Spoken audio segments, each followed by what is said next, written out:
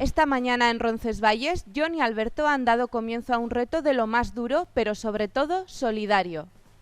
Hemos hecho entrenamientos nocturnos y bueno, pues hemos llegado prácticamente a lograr el 70% de lo que nos queremos marcar, y con esto y con la motivación y Adano, pues vamos a intentarlo, vamos a intentar llegar.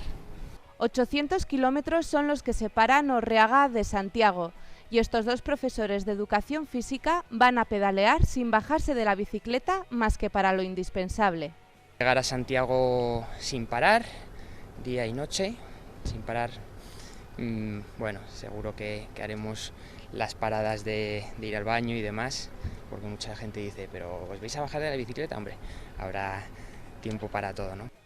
La vicepresidenta de la Asociación de Ayuda a Niños con Cáncer en Navarra, Maribí Elarre, también ha querido acompañar y animar a estos dos valientes hoy por la mañana. Ellos fueron los que se aparecieron por la asociación ofreciendo hacer este esfuerzo tan grande, y nosotros estamos encantados de lo que están haciendo. Para nosotros es muy importante, bueno, nos dan a conocer.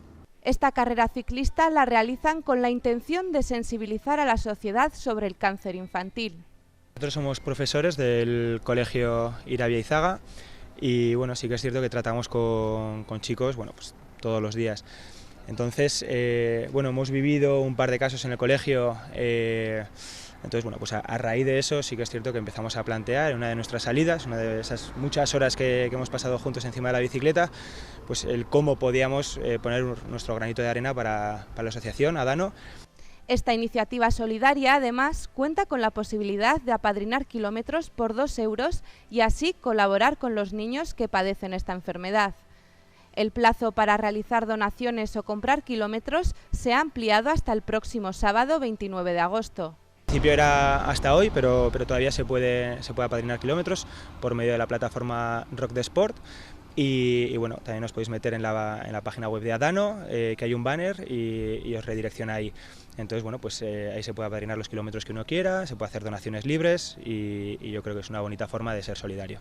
Esperemos que este reto se realice con éxito y solo nos queda desearles buen camino.